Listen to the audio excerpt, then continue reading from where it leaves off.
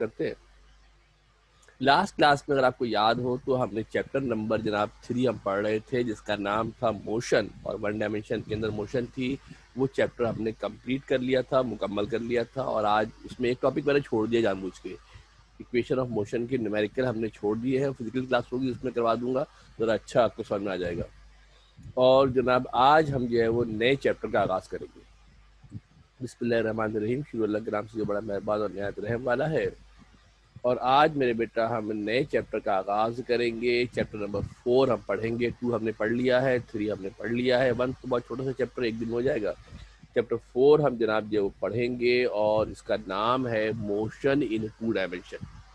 Today we are starting a new chapter. आज मेरे बेटा हम नए चैप्टर का आगाज़ कर रहे हैं। नए चैप्टर का आगाज़ कर रहे हैं। इसका नाम है मोशन इन 2 डायमेंशन। 2 डायमेंशन में मोशन हमारे पास क्या होती है।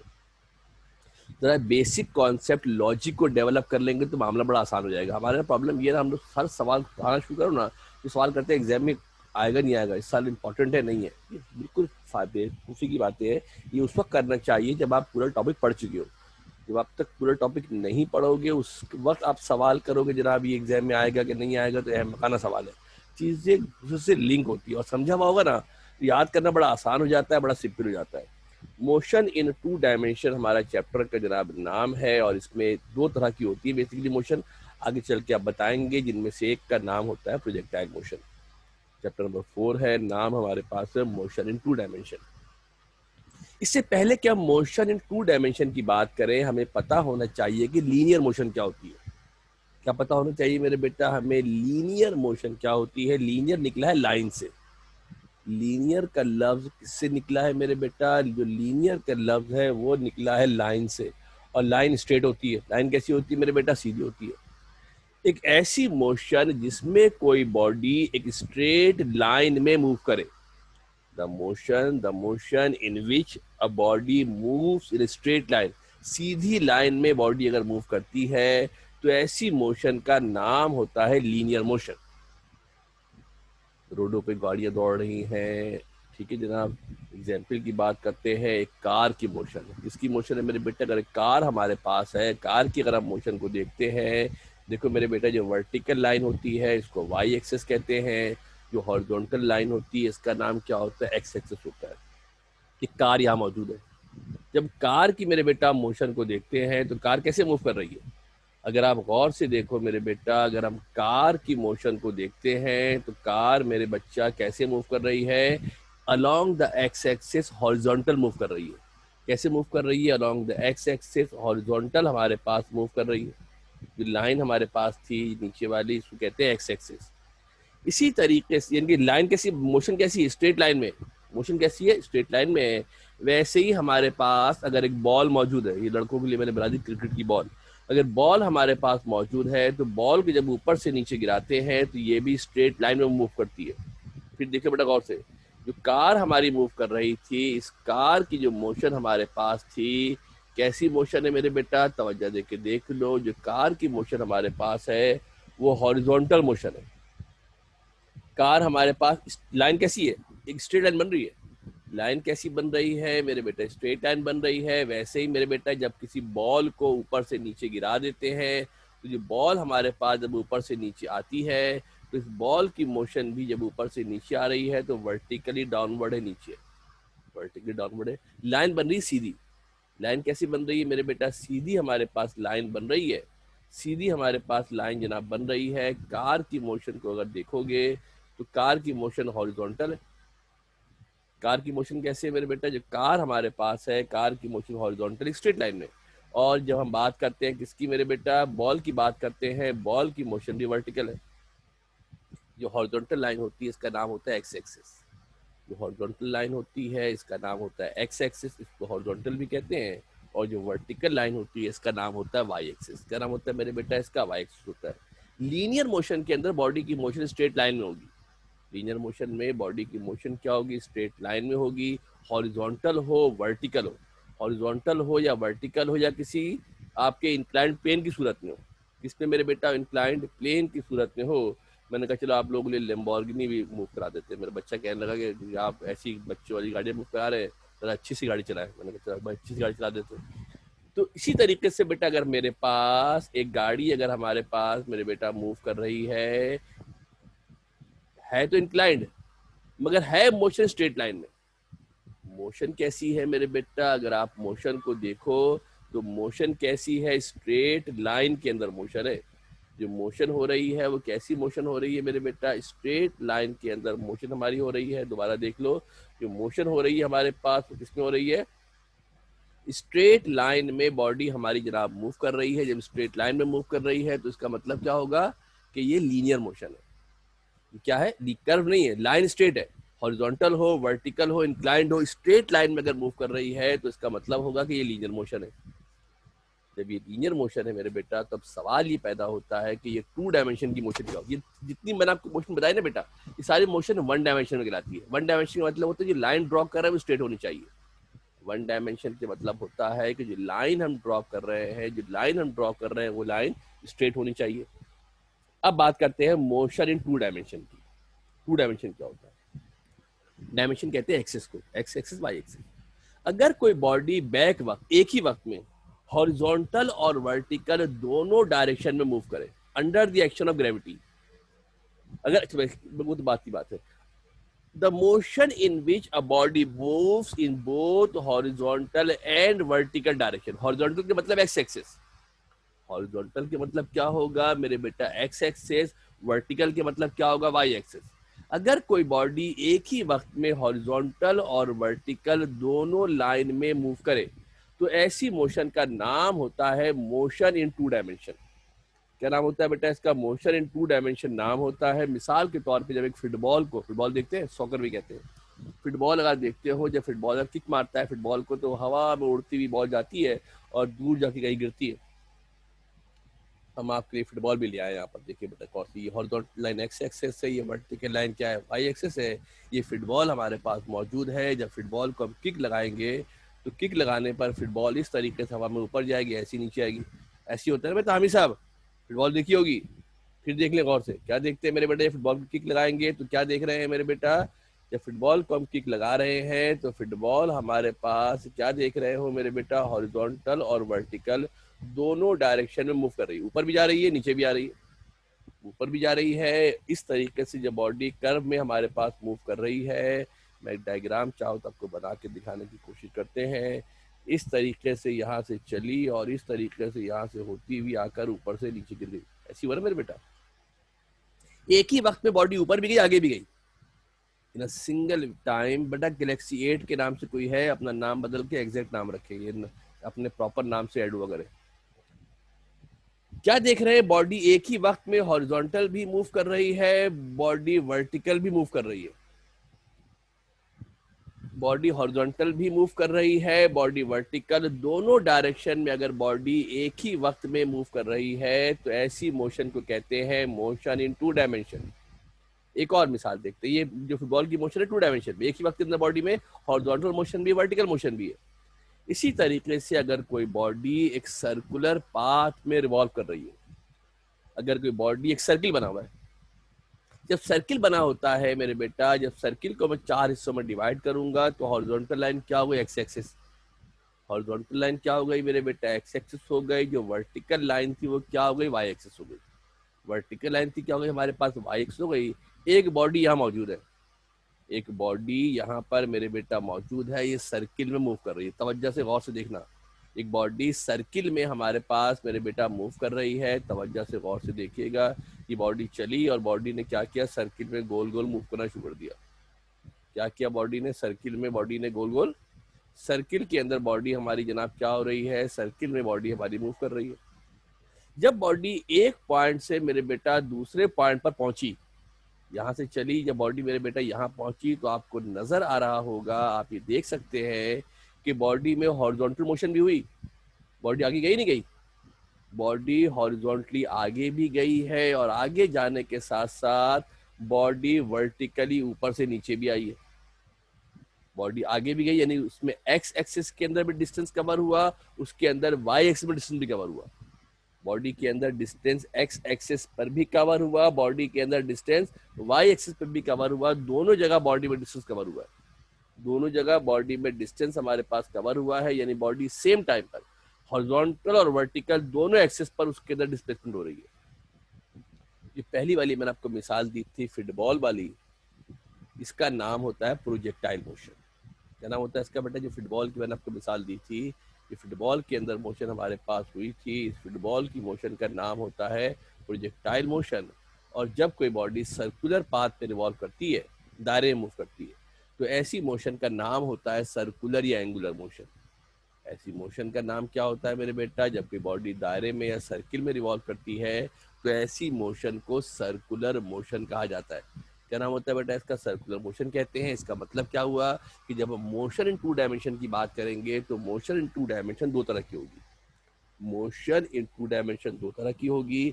एक का नाम होगा प्रोजेक्टाइल मोशन, एक का नाम होगा प्रोजेक्टाइल मोशन, और दूसरे का नाम हमारे पास होगा सर्कुलर मोशन। ये दोनों बिल्कुल इंडिपेंडेंट है, अलग अलग है। यहाँ आप ये समझो कि चैप्टर के दो हिस्से हो गए। आप यहाँ से ये बात समझे कि चैप्टर के यहाँ से दो हिस्से बन गए। कहने को चैप्टर एक ही है, एक हिस्सा इसका प्रोजेक्टाइल मोशन का होगा, दूसरा हिस्सा इसका सर्कुलर मोशन या एंगुलर मोशन का होगा। दूसरा हिस्सा इसका सर्कुलर मोशन या एंगुलर मोशन का होगा। दो अलग अलग पार्ट के अंदर चैप्टर हमारा जनाब जो है वो चलेगा। प्रोजेक्टाइल मोशन तुम्हारी आज की क्लास से इंशाल्लाह जो मंडे की क्लास हमारी ऑनलाइन होगी, उसमें कोशिश करूंगा कि प्रोजेक्टाइल मोशन वाले मामले को समेट देते हैं, ताकि जरा आपको फिर आसानी रहे। इसमें जरा एनिमेशन वगैरह ना देखने में मजा आ रहा होगा। अभी क्लास में बोर्ड पे ऐसा काम कर नहीं सकते यार, बस मजे आप लोग आ रहे हैं, ऑनलाइन क्लास के मजे ले लें आप लोग। Now we will discuss the projectile motion. अब हम पढ़ेंगे प्रोजेक्टाइल मोशन को। चैप्टर के दो हिस्से हो गए, मोशन टू डायमेंशन के दो पार्ट है, सर्कुलर मोशन है, प्रोजेक्टाइल मोशन है। पहले हम पढ़ रहे हैं प्रोजेक्टाइल मोशन।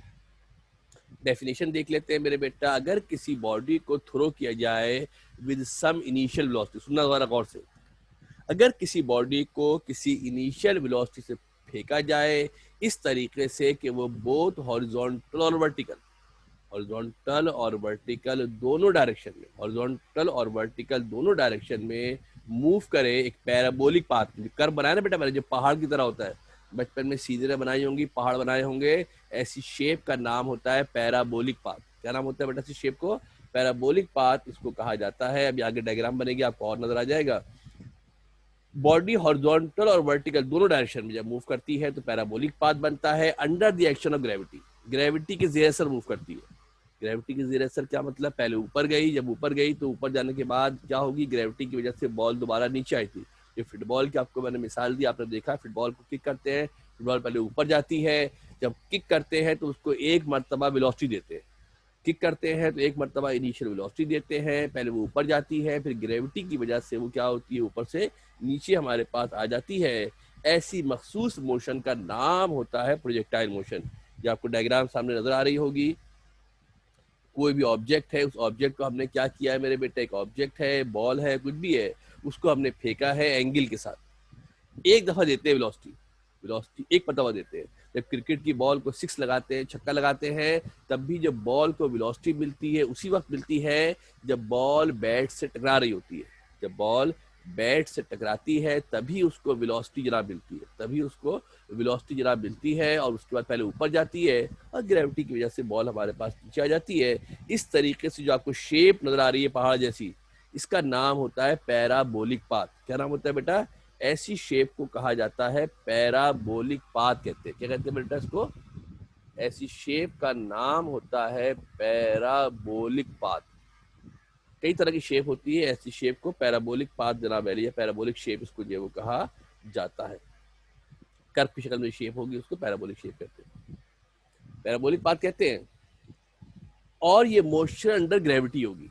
क्या होगी बेटा? मोशन अंडर ग्रेविटी होगी। जब बॉल ऊपर से नीचे आती है तो ग्रेविटी की वजह से नीचे आएगी।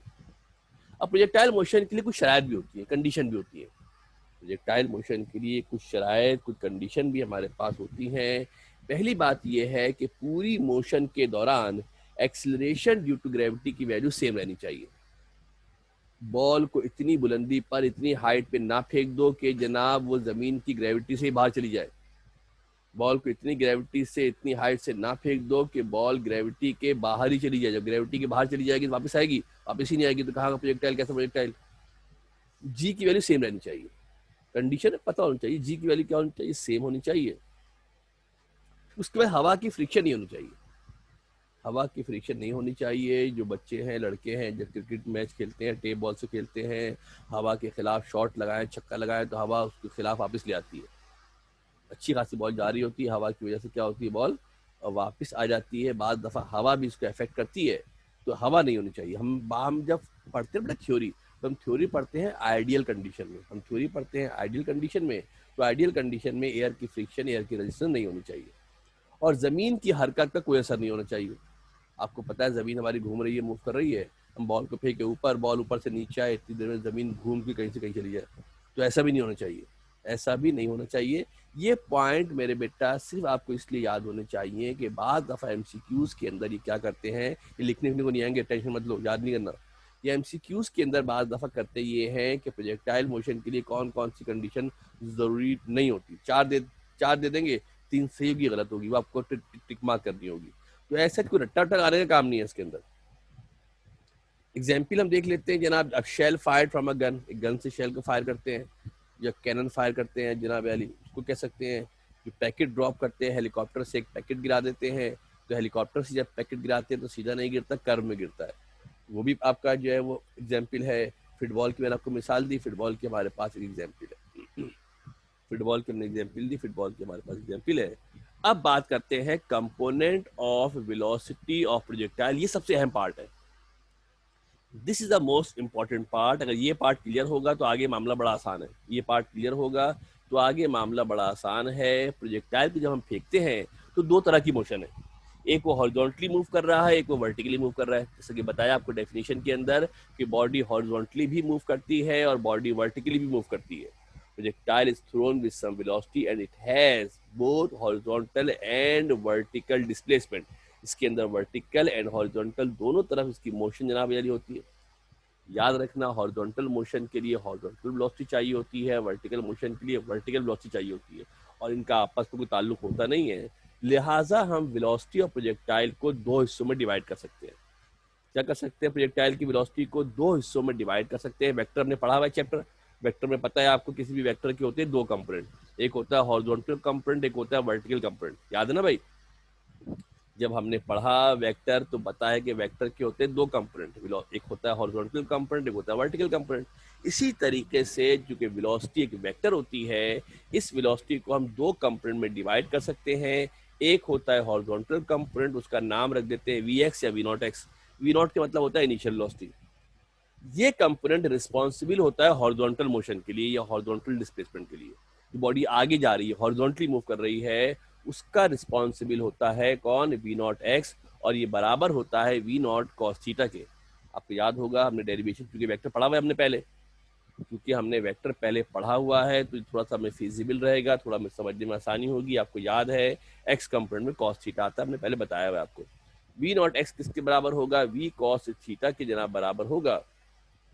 जहाँ से डायग्राम में अगर आप देख ले मेरे बेटा, ये तवज्जो देखिए, गौर से डायग्राम को देखिएगा, समझिएगा। सामने आपको बड़ी सी डायग्राम कर देते हैं। प्रोजेक्टाइल की वेलोसिटी है वी नॉट, इसकी वेलोसिटी के बनाए दो हिस्से। क्या किया, इसकी वेलोसिटी के बनाए दो हिस्से, एक है वी नॉट कॉस थीटा। इस वजह से ये बॉडी कहाँ जा रही है, आगे जा रही है। जो बॉडी हॉरिजॉन्टल मूव कर रही है, जो बॉडी हमारे पास आगे जा रही है, उस आगे जाने की जो वजह है, समझ लो बेटा गौर से, जो बॉडी हमारे पास हॉरिजॉन्टली आगे मूव कर रही है, आगे मूव करने की जो वजह है वो वी नॉट कॉस थीटा है। कौन है मेरे बेटा, वी नॉट कॉस थीटा है, जिसकी वजह से बॉडी हमारे पास हॉरिजॉन्टली मूव कर रही है। और एक और खास बात जो बिल्कुल नहीं भूलनी, एक और खास बात जो बिल्कुल नहीं भूलनी, पक्की याद रखनी है कि it remains constant over whole motion. ये पूरी मोशन के दौरान कांस्टेंट रहेगा, फिक्स रहेगा। कौन, हॉरिजॉन्टल वेलोसिटी पूरी मोशन के दौरान कांस्टेंट रहती है, फिक्स रहती है, तब्दील नहीं होती। जो हॉरिजॉन्टल कंपोनेंट शुरू में होगा वही हॉरिजॉन्टल कंपोनेंट आखिर में होगा। किसी भी मरहले पर अगर वी एक्स निकालोगे, वी नॉट एक्स निकालोगे, तो V naught X projectile motion की शर्त है कि वी नॉट एक्स पूरी मोशन के दौरान सेव रहता है। फिर आता है vertical component V naught Y. Y के मतलब होता है वर्टिकल कंपोनेंट, वाई एक्सेस होता है ना बेटा, वाई एक्सेस होता है, वाई एक्सेस के लिए वर्टिकल कंपोनेंट होता है, वाई एक्सेस के लिए वाई इस्तेमाल करते हैं। Vertical component V naught Y हमारे पास होता है। ये कंपोनेंट रिस्पॉन्सिबल होता है वर्टिकल मोशन के लिए। ये कंपोनेंट रिस्पॉन्सिबल होता है किसके लिए, वर्टिकल मोशन के लिए रिस्पॉन्सिबल होता है, या वर्टिकल डिस्प्लेसमेंट के लिए। जो बॉडी ऊपर या नीचे आ रही है वो वी नॉट वाई की वजह से होती है। उसमें वी नॉट एक्स का कोई लेना देना, कोई ताल्लुक नहीं है। इसी तरीके से हॉरिजॉन्टल मोशन में वी नॉट वाई का कोई लेना देना नहीं है, कोई ताल्लुक नहीं है। ये दोनों कंपोनेंट एक दूसरे से डिपेंडेंट होते हैं। वी नॉट वाई बराबर होता है वी नॉट साइन थीटा के। जो वी नॉट वाई होता है वो वी नॉट वाई, ये याद रखना, बहुत इंपॉर्टेंट पॉइंट है। वी नॉट वाई बराबर होता है वी नॉट साइन थीटा के बराबर होता है, और ये तब्दील होता है, हाइट के साथ साथ तब्दील होता है with acceleration due to gravity. यानी इसमें जो एक्सेलरेशन पाया जाएगा, इसमें मेरे बेटा जो एक्सेलरेशन पाया जाएगा वो acceleration due to gravity small g के बराबर होता है। इसमें जो एक्सेलरेशन होता है मेरे बेटा वो acceleration due to gravity small g के बराबर होता है। ऊपर जाएगा तो माइनस पे होता है, नीचे आता तो प्लस पे होता है। न्यूमेरिकल वगैरह का डेरिवेशन करवाएंगे तो समझाएंगे आपको। जब भी वर्टिकल मोशन की बात करोगे तो एक्सेलरेशन जी होगा। Whenever we talk about the vertical motion, acceleration हमेशा जी के जना बराबर होगा। ये हाइट के साथ साथ तब्दील होता है, इसमें acceleration due to gravity G होती है। और जब ये बिल्कुल टॉप पर पहुंचता है, जब बिल्कुल टॉप पर पहुंचता है तो टॉप पर पहुंचने पर जो वी नॉट वाई होता है मेरे बेटा, वी नॉट जो वी वाई हमारे पास होता है, इसकी वैल्यू जब बिल्कुल टॉप पर पहुंच जाएगा तो इसकी वैल्यू जीरो हो जाती है। जब बिल्कुल टॉप पर पहुंच जाता है तो इसकी वैल्यू जीरो होती है। ऐसी सूरत में क्या होता है, तवज्जो दे के और समझा देता हूँ, जरा गौर से ध्यान से देखना। ये मूव कैसे कर रहा होता है, समझना बेटा गौर से। ये मूव मेरे बेटा इस तरीके से चंदा आपके पास कर रहा है कि इसकी जो डायरेक्शन है, अगर आप डायरेक्शन को इसको देखो, ये ऊपर जा रहा है, यहाँ से भी ऊपर जा रहा है, यहाँ से देखोगे यहाँ से भी ऊपर जा रहा है, यहाँ से भी ऊपर जा रहा है। यहाँ जब जाता है तो इस पर वर्टिकल मोशन नहीं है, सिर्फ हॉरिजॉन्टल मोशन है, लिहाजा वर्टिकल वेलोसिटी जीरो हो जाती है। और उसके बाद क्या होता है मेरे बेटा, अगर आप गौर से तवज्जो दे के देखो तो इसकी मोशन नीचे की जानिब शुरू हो जाती है। इसकी मोशन क्या होती है, इसकी मोशन नीचे की जानिब इसकी मोशन शुरू हो जाती है, यहाँ तक कि जाकर दोबारा जमीन से टकरा जाता है, यहाँ तक कि जाकर दोबारा जमीन से टकरा जाता है। मैक्सिमम हाइट पर इसकी वेलोसिटी जीरो होगी। At the top it become zero. जब बिल्कुल टॉप पर पहुंचेगा तो इसकी वर्टिकल वेलोसिटी जीरो होती है, हॉरिजॉन्टल हर जगह सेम रहेगी। हॉरिजॉन्टल क्या रहेगी, हर जगह सेम रहेगी। एक और डायग्राम आपके सामने बना रहे हैं, जरा तवज्जो देखिए, इस डायग्राम को भी गौर से देखिएगा। प्रोजेक्टाइल को हमने फेंका है, वेलोसिटी क्या है इसकी, वी नॉट एक्स है।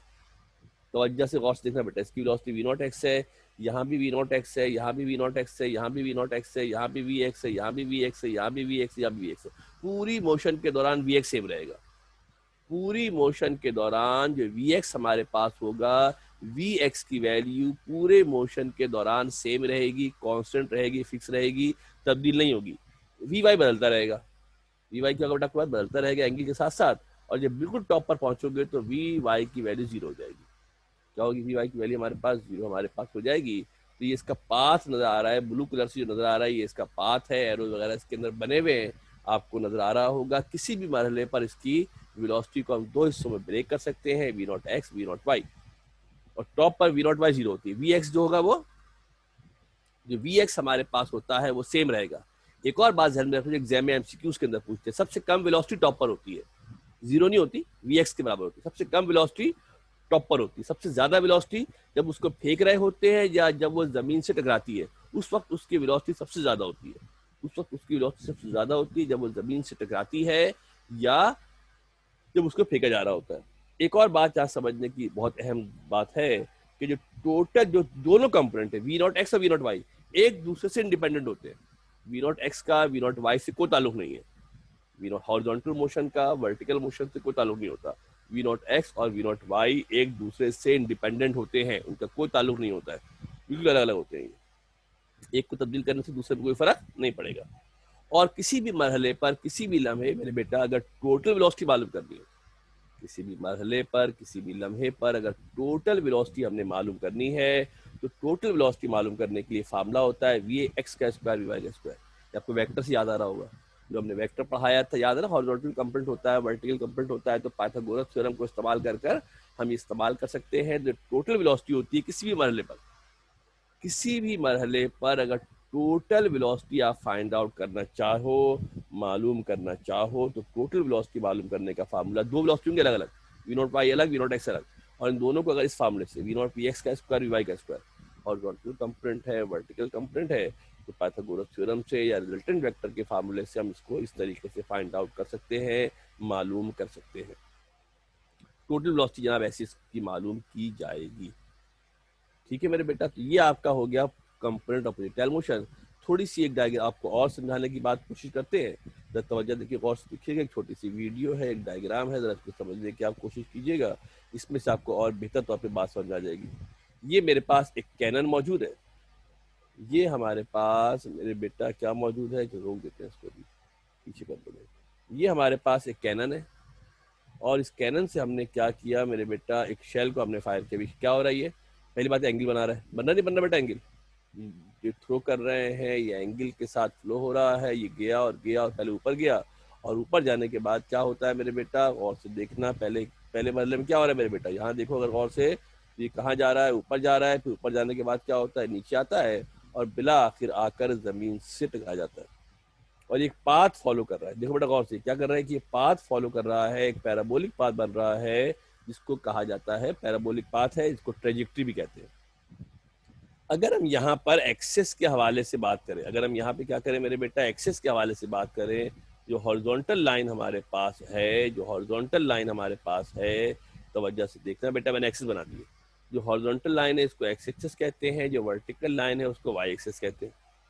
जब ये मूव कर रहा है, देखो मेरे बेटा गौर से, ये चला पैराबोलिक पाथ के अंदर, हॉरिजॉन्टल भी मूव कर रहा है, वर्टिकल भी हमारे पास मूव कर रहा है, हॉरिजॉन्टल भी मूव कर रहा है, वर्टिकल भी हमारे पास जनाब ये मूव कर रहा है। जल्दी जल्दी डायग्राम को आगे बढ़ा देते हैं, और यहाँ पे मेरे बेटा अगर आप गौर से तवज्जो देके देखें तो इसकी जो वेलोसिटी हमारे पास है, जो एक जिसकी वेलोसिटी से फेंका वो वी है, ये इसकी इनिशियल वेलोसिटी है। जो वी है ये मेरे बेटा क्या है, इसकी इनिशियल वेलोसिटी है। इस वेलोसिटी को हमने बनाया दो हिस्सों में, एक हो गया वर्टिकल कंपोनेंट, ऊपर जा रहा है, एक हो गया वर्टिकल कंपोनेंट, दूसरा हो गया हॉरिजॉन्टल कंपोनेंट, इसकी वजह से आगे जा रहा है। यहाँ ये बात समझ लो, ये वर्टिकल कंपोनेंट है जिसकी वजह से ये वर्टिकल डायरेक्शन के अंदर मोशन है, और हॉरिजॉन्टल मोशन है जिसकी वजह से ये आगे ट्रेवल कर रहा है, आगे की जानिब जनाब जो मूव हमारे पास कर रहा है।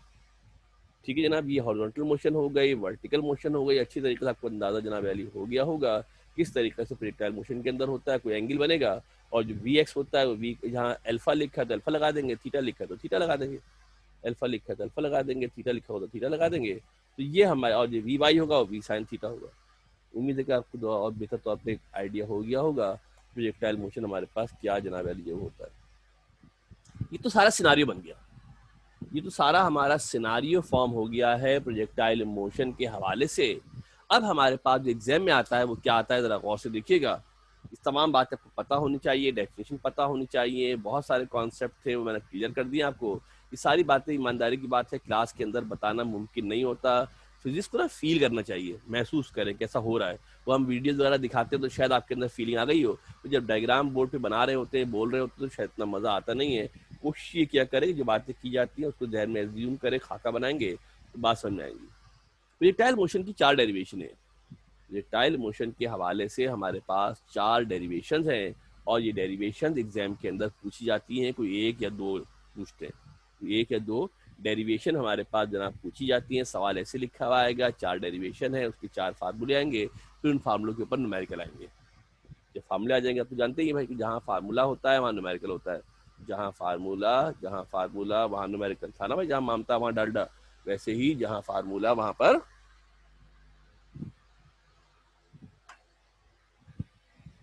जहाँ फार्मूला होता है वहाँ हमारा न्यूमेरिकल होता है। कुछ डेरिवेशन हमने करनी है। पहली डेरिवेशन है total time of flight. Projectile जब चलेगा और जब जमीन पर गिरेगा, जितनी देर तक हवा में रहेगा, इसका नाम होता है टोटल टाइम ऑफ फ्लाइट।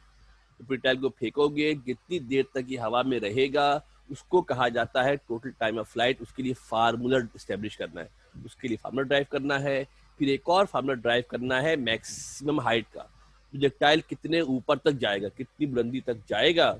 फिर मालूम करना है हॉरिजॉन्टल रेंज का, कि प्रोजेक्टाइल कितनी दूर जाकर गिरेगा। इसके लिए एक फार्मूला बना लेंगे हम, क्या करेंगे, इसके लिए हम फार्मूला बना लेंगे और फिर फार्मूले पर न्यूमेरिकल भी करेंगे, सीधी सी बात है। हॉरिजॉन्टल रेंज होगा, और उसके बाद एक और होता है मैक्सिमम हॉरिजॉन्टल रेंज, के ज़्यादा से ज़्यादा रेंज क्या होगी, जब पढ़ाएंगे तो बताएंगे। यहाँ अगर आप डायग्राम में देखें मेरे बेटा, तो पहली बात ये, ज़रा तवज्जो देके गौर से डायग्राम को समझेंगे तो और आपको बात क्लियर हो जाएगी। यहाँ से जब प्रोजेक्टाइल को हमने फेंका, यहाँ से मेरा प्रोजेक्टाइल शुरू हुआ और ये होता होता होता होता होता होता घूमता हुआ जमीन पर गिर गया। जितनी देर तक हवा में रहेगा, जितनी देर तक हवा में रहेगा, as long as it remains in the air, this is called time of flight. कितने ऊपर तक गया है, इसका नाम होता है मैक्सिमम हाइट। इसको एच भी कहते हैं, वाई भी कहते हैं, बाद हम वाई इस्तेमाल करेंगे। और कितने, जहां फेंका था, जहां गिरा है, उस दौरान जो डिस्टेंस कवर किया, इसका नाम होता है हॉरिजॉन्टल रेंज। क्या नाम होता है इसका मेरे बेटा? इसका नाम होता है हॉरिजॉन्टल रेंज, इसका नाम होता है। ये 4 डेरिवेशन हैं जो इंशाअल्लाह हम बारी बारी करेंगे। पहली डेरिवेशन को देखने की कोशिश करते हैं, इसका नाम है टोटल टाइम ऑफ फ्लाइट। दूसरी बात ये कि बेटा ये 40 मिनट के अंदर हम बहुत सारा पढ़ा देते हैं इत्तेफाक से, आपको एहसास नहीं होता, फील नहीं होता, बाद दफ़ा लगता है कि चीज़ें पास आउट हो रही है। तो मेरे बेटा आप लोग की ना बड़ी बुरी आदत है, आप लोग वीडियोस को दोबारा देखते नहीं है। रात को बैठ के वीडियोस को बड़े आगे पीछे फॉरवर्ड आवर्ड करके एक आध दो दफ़ा देखोगे ना, बहुत सारी बातें जहन में आ जाएंगी। यकीन नहीं करो, सेकेंडरी क्लास के अंदर 25-30 बच्चे हैं, वो 100 वीडियो दफ़ा व्यूज आते हैं उसके अंदर। इसका मतलब है वो बार बार देखते हैं। आप लोग भी देखने की आदत डालो, आपको इससे बहुत फ़ायदा होगा। आप लोग बिल्कुल भी जो है वीडियो को लिफ्ट नहीं कराते। आप लोग पहले आप वीडियो देखें, उसके बाद आप कॉपी खोल के उसको पॉज करके रीड करें, उसको पॉज करके कॉपी के ऊपर लिखें। आप कॉपी में लिखोगे ना तो आपको मज़ा आएगा, कॉपी में लिखोगे तो याद होगा, पढ़ने का मज़ा आएगा। ये नोट्स वोट के चक्कर तो अपनी जगह पर है, पर जब तक कॉपी में प्रॉपर रजिस्टर नहीं बनाएंगे मामला बड़ा ख़राब रहेगा। तरीका इसका बड़ा सिंपल होता है, वीडियो को चलाएं, उसको पॉज करें, स्क्रीनशॉट लें, उसको स्क्रीनशॉट से लिख लें, या पॉज करके वीडियो करके देख लें आप लोग। हमें ड्राइव करना है टोटल टाइम ऑफ फ्लाइट का। टोटल टाइम क्या होता है, जैसे बताया आपको मैंने कि जितनी देर तक